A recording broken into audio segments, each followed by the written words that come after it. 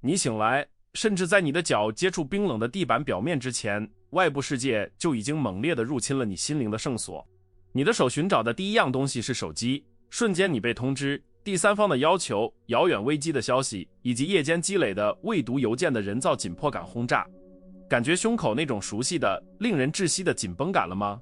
那种在你喝第一口咖啡之前就已经在自己的生活中迟到的腐蚀性感觉。你不是在选择如何度过你的一天，你只是在幸存下来，进入一种混乱的自动驾驶模式。在这种模式下，你的行动不是有意识的决定，而是由恐惧和匆忙制约的反射。这种无声的瘫痪不仅仅是身体的疲惫，这是灵魂的深度疲惫，在现代性震耳欲聋的噪音中绝望地呼唤着秩序。你是否注意到，你变成了一片被扔在风中的干叶，随着每一个超出你控制的情况的风向而改变方向？如果交通停止，你的平静瞬间蒸发；如果一位同事发表粗鲁的评论，你的一整天都被毒害；如果出现财务意外，绝望就会接管你的神经系统。你活着是在反应，从未真正行动，将你情绪稳定的钥匙交给陌生人和随机事件。承认这一点很痛苦，但这种不断的反应性已将你的大脑变成了一座敞开大门的房子，任何问题都在没有你许可的情况下进入、坐下并居住。你知道你需要改变，你知道这种脆弱性是不可持续的，但哲学似乎是遥远的、太复杂的东西。对于要付的账单和日常奔波的残酷现实来说，我理解这种挫折感，因为它是让我们与自己的重心断开连接的一个时代的普遍症状。然而，有一个出口，一条回归指挥的道路，这是历史上最伟大的领导人在比我们糟糕得多的压力下走过的。斯多葛哲学不是为了在学术图书馆里积灰而创造的，而是为了作为战地手册，服务于作为你日常例行公事的战争。如果你觉得自己在这一天开始之前就已经失去了对它的控制，这个视频是你最终的救援地图。今天我们不仅仅是理论化，我们将安装一个7级协议、7个铁甲实践，将你的大脑从风中的一片叶子转变为一座不可动摇的堡垒。为了与自己确立这个承诺，并证明你不仅仅是一个好奇的游客，而是一个准备好转变的人，现在就订阅频道，并在下面的评论中声明：我掌控一切。这是你今天主权的第一步行动。让我们开始。让我们暂时把古代哲学这个术语放在一边，因为它听起来通常像是一种远离你紧急现实的智力奢侈品。我们即将安装在你的操作系统中的是心理免疫协议。在这种背景下，斯多葛主义应该被理解为一种真正的平静工程学，一种不是由扶手以上的理论家开发的，而是由面对瘟疫、内战和致命背叛的行动者开发的心理技术。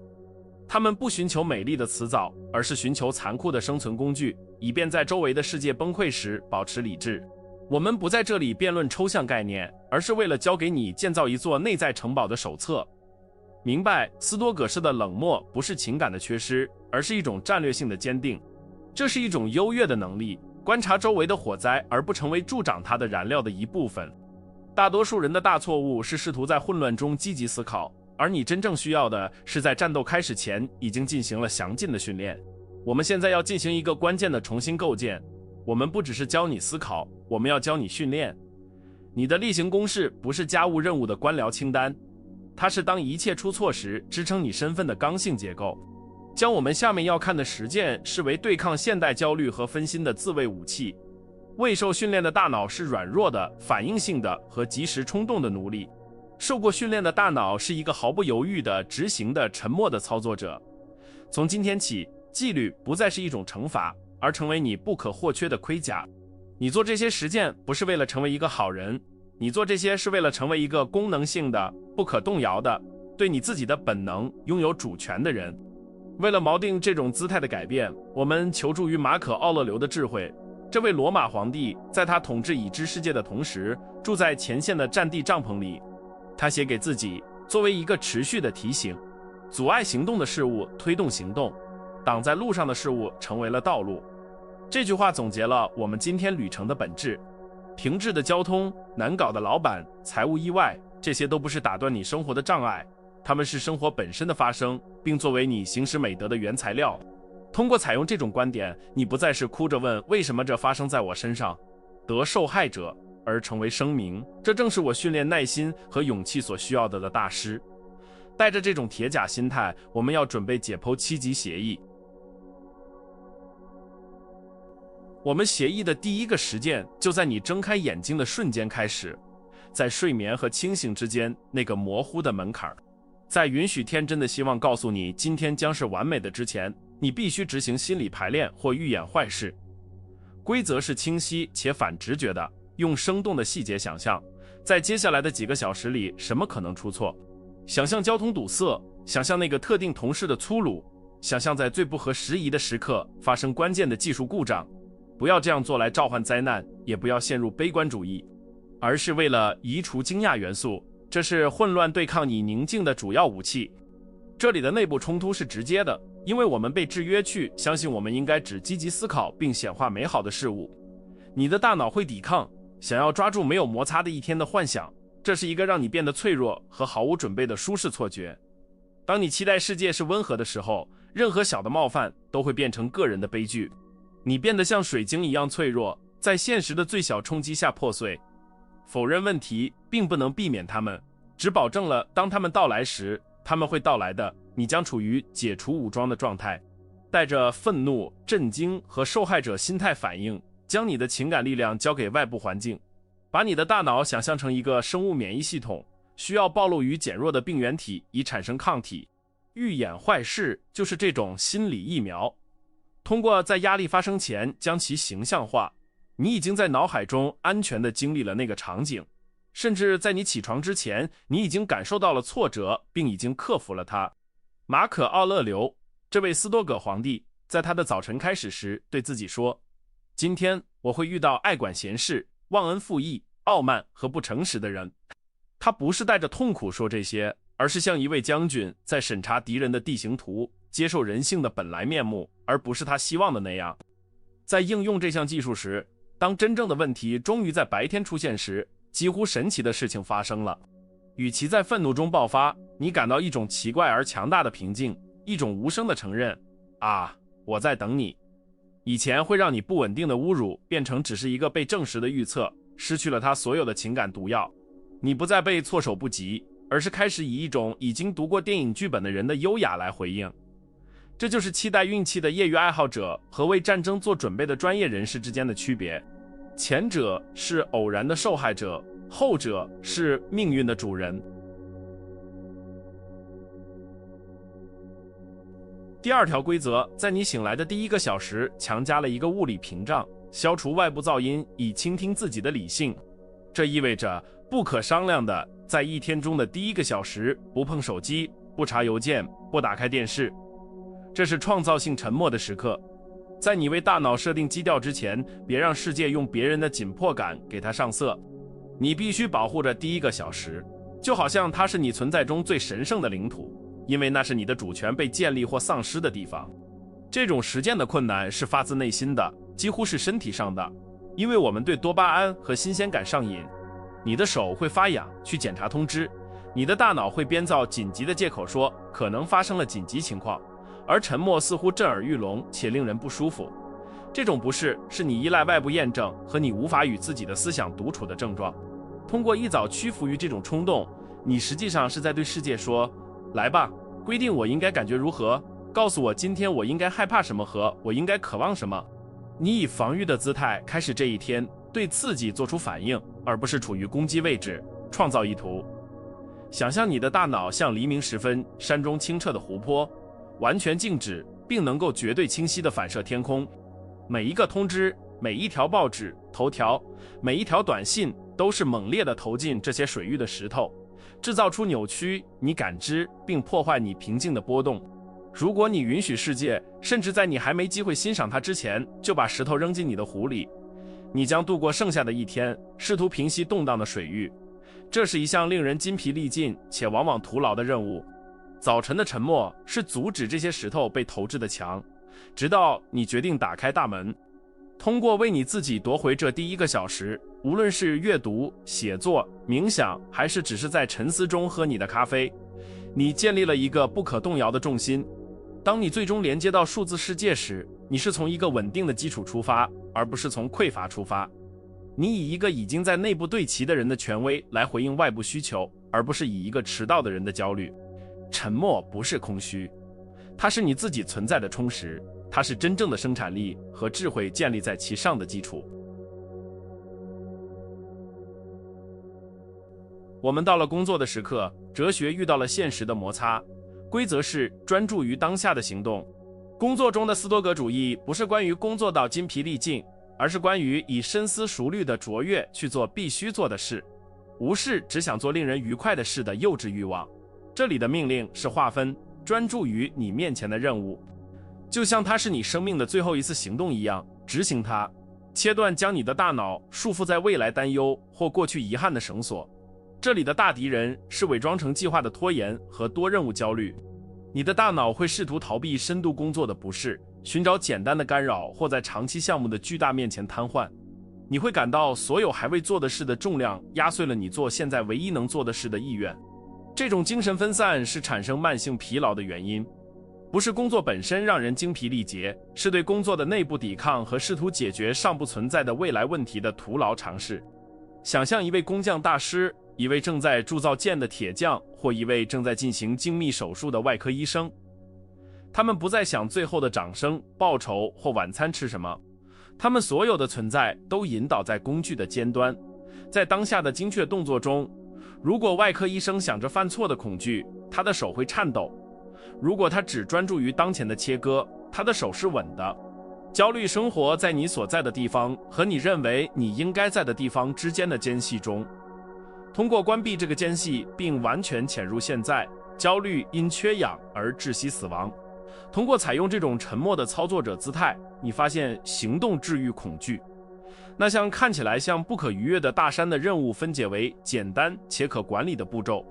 你停止与自己讨价还价，停止抱怨困难，并只是执行，进入一种时间消失的心流状态。奖励不仅是生产力，还有深刻的心理平静，因为在这个世界上，没有比完全与当下身体的行动统一的大脑更平静的地方了。如果你到了协议的这一点，这表明你不在这里寻求廉价的娱乐，而是寻求你性格的真正重组。大多数人早就关闭了视频，寻找下一个快速的多巴胺剂量，但你留下了，这将你与人群区分开来。然而，观看只是开始，真正的改变发生在深度中。对于那些准备好超越基础并想要一套应用于现代生活的斯多葛策略完整武库的人，我们准备了独家的高级内容精选。但首先，我需要知道你是否真的致力于这个心理屏蔽过程。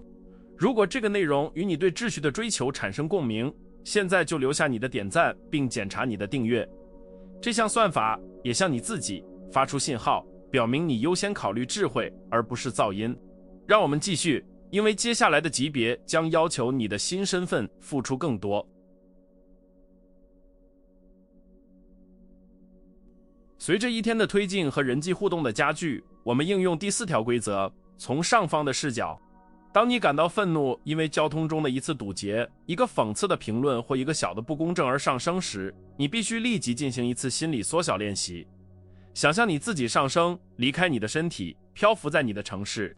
你的国家、地球上方，最后观察地球作为宇宙浩瀚中的一个淡蓝色的点。这里的困难在于我们的自我，他喜欢成为宇宙戏剧的主角。自我想要尖叫，你知道你在跟谁说话吗？想要将每一个小的冒犯变成战争宣言，想要通过愤慨来验证自己的重要性。感到被冒犯是诱人的，愤怒给我们一种虚假的力量感和正义感。抵制这种冲动，并选择看到自己在宏大格局中的微不足道，是对虚荣心的痛苦打击。但这是通往真正情感自由的唯一途径。想想你在人行道上观察的一个蚁丘，你看到成千上万只蚂蚁疯狂地奔跑，争夺一片叶子，甚至可能相互交战。对他们来说，那是世界末日，是世界上最重要的事情。对你来说，从上方看，那只是微不足道且极小的活动，几乎看不见。通过采用从上方的视角，你意识到你的日常问题、你的争吵和你的焦虑是蚁丘的战斗。从永恒的角度看，办公室里的那次争论或邮件的那个延迟没有重量，没有实质，不值得你平静的代价。这种视角改变的实际结果是一种宽宏大量的冷漠。你不变得冷漠或疏远，但你变得不被小事所触及。你开始嘲笑生活的荒谬，而不是为此哭泣。以前会消耗你几天精神能量的问题，被缩小到它们的真实大小，微观的。你在世界上行走，带着一种知道在最后，唯一真正重要的是你自己性格的完整性的轻松，因为其他一切都是风中的尘埃。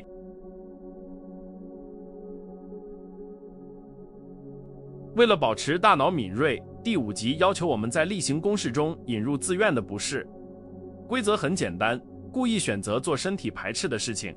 可以是早上的冷水澡、间歇性进食，或者选择爬5层楼梯，而不是乘电梯。我们这样做不是为了受虐，而是为了提醒我们的动物部分谁是老大。舒适是一种阴险的瘾，你生活的越舒适，你对压力和痛苦的容忍区就越小。内部冲突是明显的，你的大脑在生物学上被编程为保存能量和寻求快乐。你身体的每一个细胞都会尖叫，如果没必要，为什么要这样做？平庸的声音会低语，说你值得舒适，热水澡是你的权利，饥饿是坏的。每天克服这个讨价还价的声音是真正的训练。如果你不能对一块饼干或一个热水澡说不，你怎么指望对巨大的诱惑说不，或在巨大的危机面前保持坚定？想象你的意志力是一块肌肉，而舒适是萎缩。一个从未用真实重量训练的战士，在战斗时会觉得他的剑难以忍受的重。自愿的不适是保护手的茧，是允许在石头上行走的厚皮。通过将自己暴露于小剂量的受控痛苦中，你移除了大脑对不适的恐惧。你教导你的神经系统，寒冷、饥饿和疲惫只是身体感觉，中性信息，而不是必须不惜一切代价避免的灾难。在完成一个自愿不适的实践时，你被一种没有任何被动快乐可以提供的力量感和自我控制感所淹没。你走出冷水澡不仅清醒，而且胜利。你看着生活中非自愿的困难，坏掉的空调、长队、迟到的午餐，并微笑，因为你已经为此训练过了。你变得反脆弱，一个不需要世界完美就能过得好的人，因为你在自己内部携带着你自己的堡垒。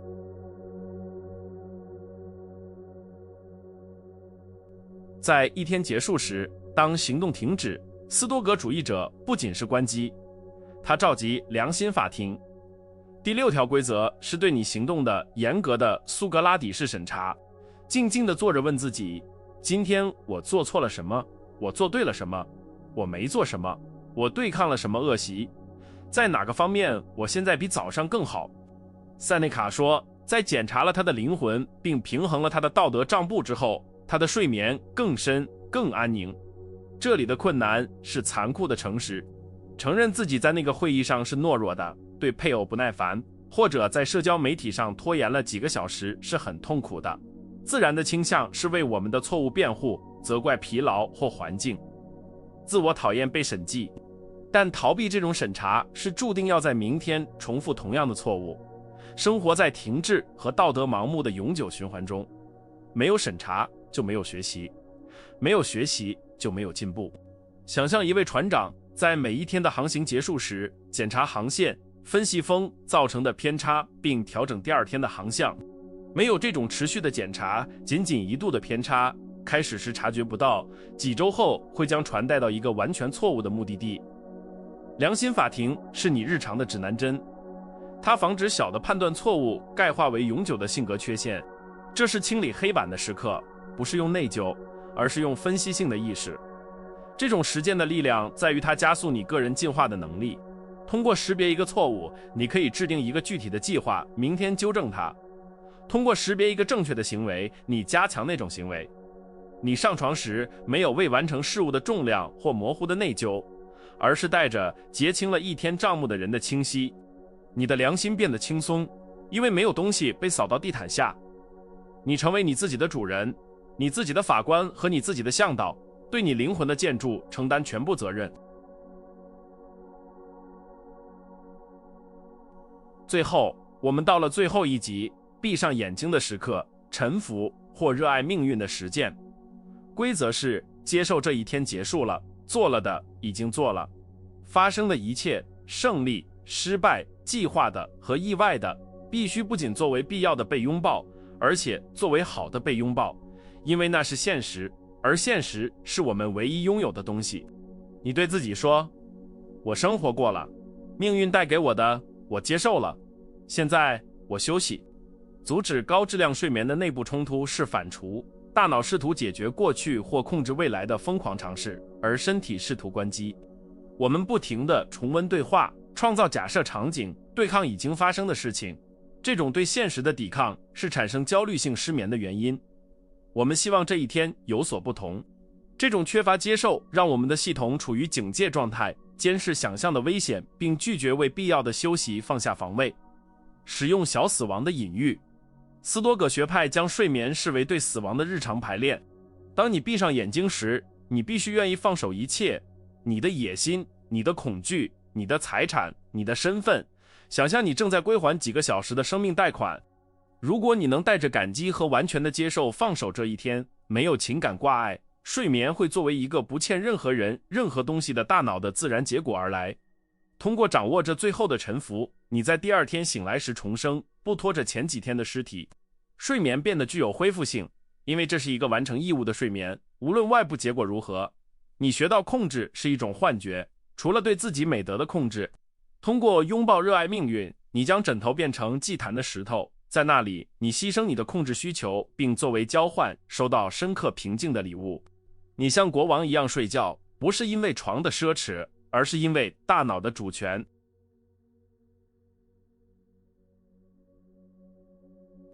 我们到了这次传输的结尾，但要明白，真正的工作仅在屏幕变黑且沉默回归的那一刻开始。哲学理论没有在现实中无情且日常的应用，不过是智力的虚荣。对于那些希望看起来明智而不承担智慧真正重量的人来说，只是一个精神装饰。你现在拥有完整的平静工程学地图，一个由7种经过时间验证的工具组成的武库，以屏蔽你的大脑对抗现代混乱。现在剩下的关键问题不是这些方法是否有效，毕竟他们支撑了战争中的皇帝和流放中的囚犯，而是你是否拥有必要的钢铁纪律来持续操作它们。不要允许这个视频只是又一个被消费并立即在你短期记忆的浩瀚中被遗忘的内容。从今天起，把它转变为你新身份不可商量的基石。为了与现实签订这个庄严的合同，并具体化你的改变意图，你的第一个实际且强制的行动现在就在下面的评论区发生。我不希望你只打出空洞和自动的字词，而是要对你旧的反应性和脆弱版本做出公开和有意识的宣战声明。故意选择你今天将体现的4种斯多葛书德之一：勇气去面对恐惧，正义去正直的行动，节制去控制冲动，或智慧去辨别真理，并写下今天我选择你的美德。当你写下这个时，你不仅仅是在一个随便的视频下评论，你正在你的心理中刻下一个承诺，并向我们的社区发出信号，表明你是少数不仅听而且行动的人之一。利用这个决定时刻来保证你的订阅和点赞，确认你是这个精英的一部分。最后，如果你有心理韧性，观看到这最后1秒，你在统计上已经与 99% 在半路放弃的人区分开来了。他们被世界不断的噪音分散了注意力，证明你不可动摇的恒心，并留下第2条评论说：我坚持到了最后。这不仅作为你卓越专注能力的社会证明，也加强了我们在这里建立的纪律集体。此外，如果你认识某个人，一个朋友，一个伴侣或一个家庭成员，明显淹没在焦虑和无序中，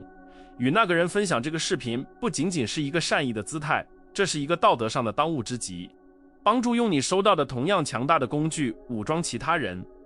现在训练结束了，真正的战斗开始了。站起来，走出自动驾驶模式，去建造你的城堡。